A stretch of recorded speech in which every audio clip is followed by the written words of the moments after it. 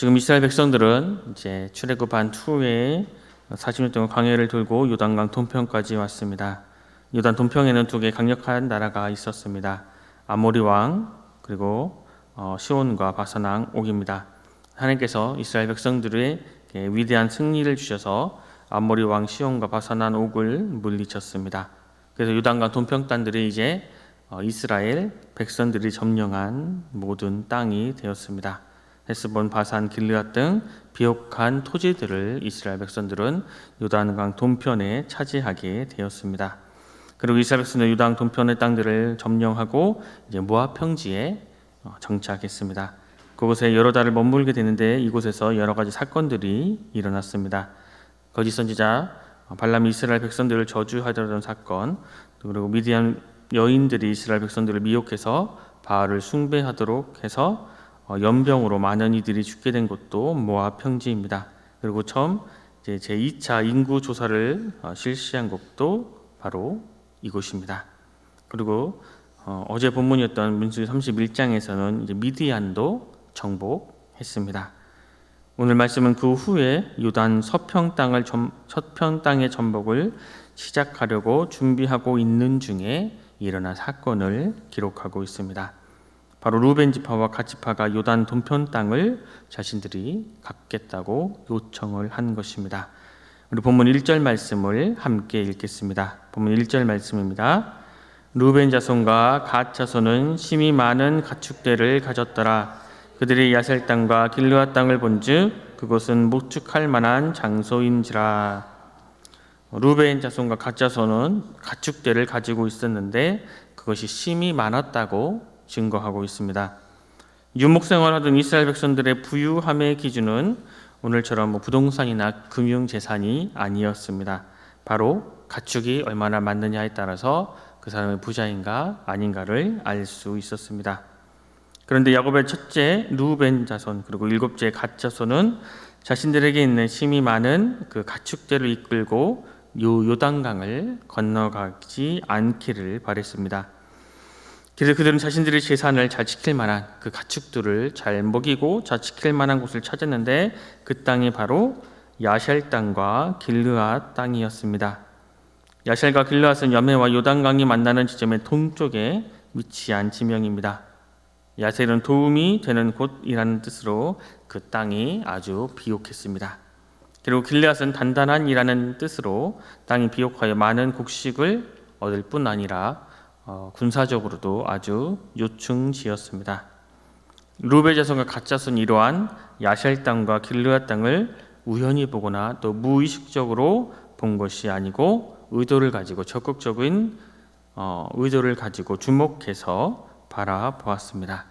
자신의 가축, 자신의 재산을 잘 먹이고 잘 키울 만한 곳이 어디 있는지 살펴보다가 그 땅을 보고 자신들의 눈으로 보기에 좋은 이 땅, 또 요단 동쪽편 땅에 정착하기로 마음을 먹었습니다.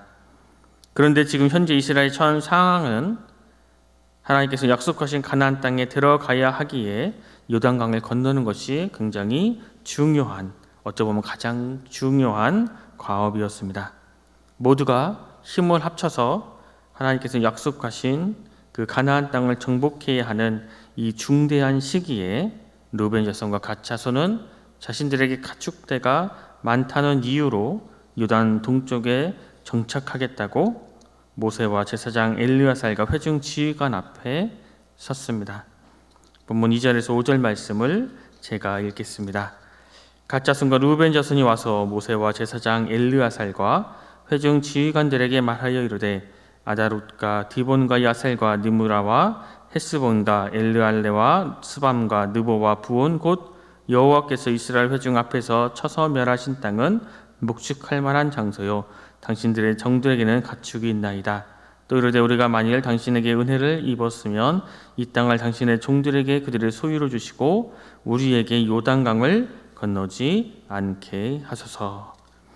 2절의 회중 지휘관은 각 지파의 최고 지도자인 동시에 각 지파의 의견을 제시하고 재판 등의 중요한 사항들을 결정할 수 있는 지도자의 위치에 있는 사람들을 의미합니다. 모세와 제사장 모세와 제사장 엘르아살 그리고 회중 지휘관 앞에 선 갓과 르우벤 자손들은 자신을 위해서 이 땅에 정착해 달라고 자신들은 요단강을 건너가기 싫다고 무리하게 요구하고 있습니다. 그런데 이 두 지파는 자신들이 눈에 보기 좋은 이 땅이 많은 분쟁과 싸움의 장소가 된다는 사실을 전혀 인지하지는 못했습니다. 비옥하고 군사적으로 아주 중요한 지역인 야셀과 길르앗 땅이 후일에 먼 후에 두 지파에게 평안함만을 주기만 한 것은 아니었습니다.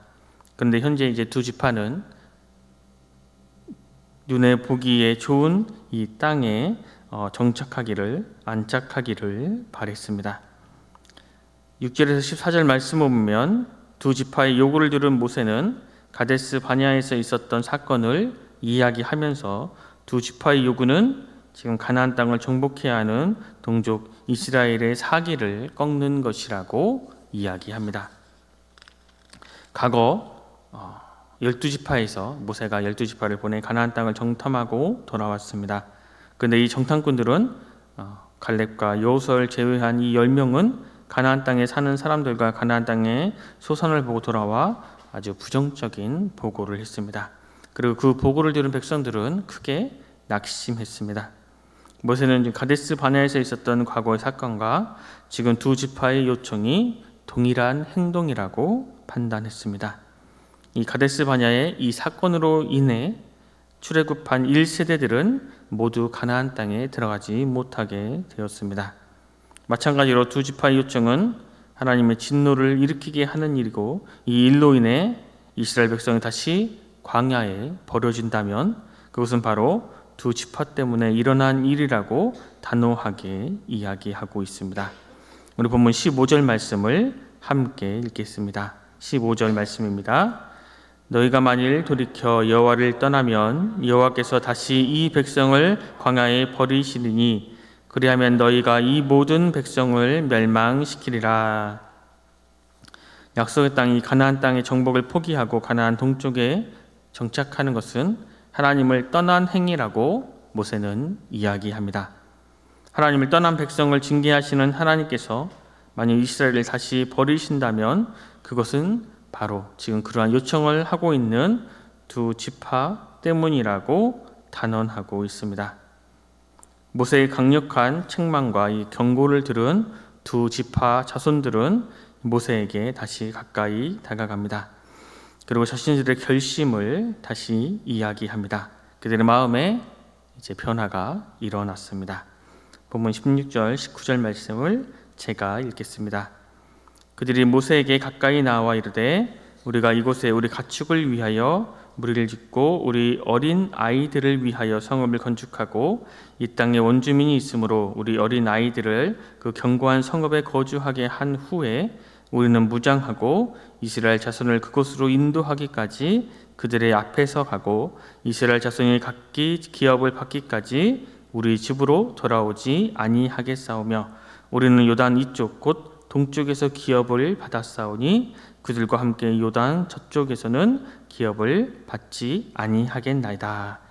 이제 르우벤과 갓 자손이 모세에게 가까이 가서 두 가지 약속을 하고 반드시 지킬 것이니 부탁을 들어달라고 이야기합니다. 그들의 약속은 먼저 요단강을 건너가서 가나안을 정복할 때에 자신들이 선두에 서서 땅 분배가 끝날 때까지 싸울 것이며 땅 분배가 끝나기 전까지는 집으로 돌아오지 않겠다는 것입니다. 또 자신들이 요단 동쪽 이 땅에 정착하게 된다면 요단 서쪽 땅은 이제 자기들은 분배를 받지 않겠다는 것입니다. 그리고 이 두 가지 약속을 반드시 지킬 것이니 요단 서쪽 가나안으로 들어가기 전에 자신들의 가족과 그 가축들은 안전하게 머물 수 있는 성읍을 먼저 건축하게 해달라고 요청하고 있는 것입니다. 모세는 요단 동쪽에 자신들의 지파를 위한 안전한 성읍을 건설하고 나서 가나안 땅 전복 선두에 서겠다는 이 두 지파에게 약속을 지킬 것을 강조하며 그들의 요청을 들어주었습니다. 가나안 땅에 입성하기도 전에 다시금 찾아온 이 이스라엘 공동체의 위기는 이렇게 마무리되었습니다.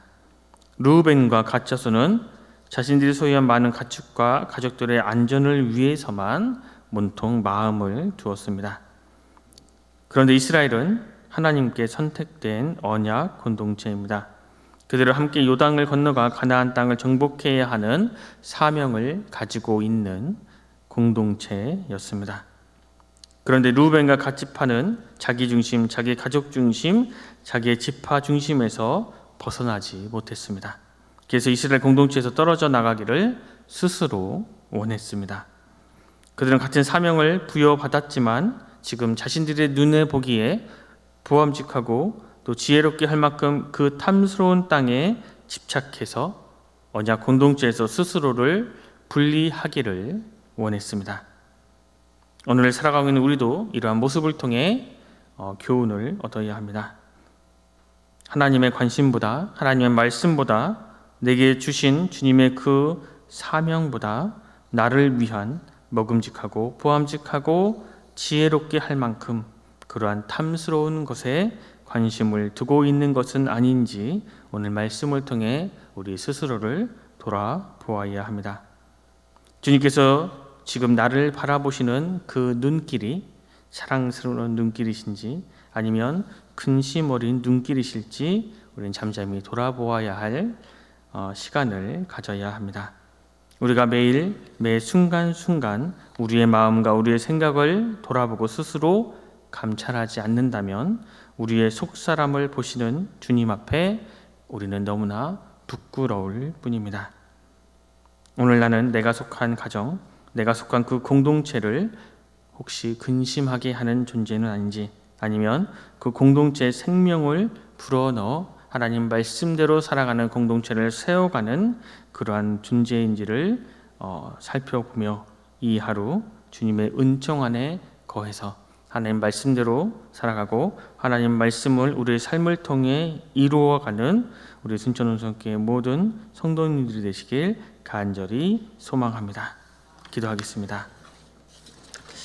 하나님 아버지, 오늘도 우리에게 새로운 한날을 주셔서 주님의 말씀을 듣고 묵상하며 하루를 시작하게 하시니 감사합니다.